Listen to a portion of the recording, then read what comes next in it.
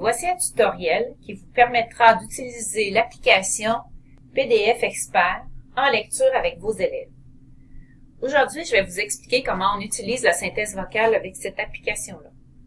Donc, comme son nom dit, PDF Expert, c'est pour utiliser principalement des documents qui sont en format PDF. Je peux récupérer des documents dans 3 endroits différents avec cette application-là.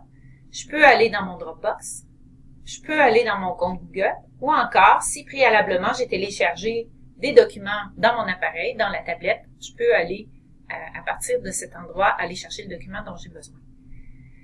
Pour la démonstration, donc, je suis allée dans mon document Google, j'ai téléchargé le document qui s'appelle 6e l'après-monde adapté. Alors, je vais ouvrir mon application, mon texte.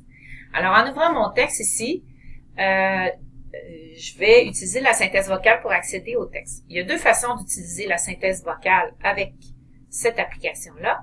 D'abord, vous allez voir que en sélectionnant le texte, par exemple seulement le premier paragraphe, vous voyez un menu apparaître et vous avez la fonction parler qui est ici. Donc, en appuyant dessus. La poussière. La poussière est constituée de fibres et de débris fins. Elle contient aussi des pollens, des spores, de champignons, de mousses et de fougères, ainsi.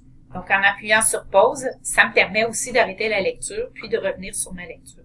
Donc, ça peut faire partie, on peut intégrer cette fonction-là dans des stratégies de gestion de compréhension. Une deuxième façon d'utiliser la synthèse vocale, c'est d'aller dans le menu qui est ici en haut, les petits A qui sont ici. Donc, en appuyant, vous voyez un menu qui apparaît. Et là, dans le bas, ici, j'ai synthèse vocale. Donc, en activant synthèse vocale, vous voyez dans le bas, un autre barre d'outils va apparaître. Et avec la roulette qui est ici, je pourrai ajuster la lecture, la vitesse de la lecture. Je peux choisir la langue également dans laquelle ça sera lu. Alors, même chose, je sélectionne mon texte et je vais appuyer sur « Jouer » qui est ici.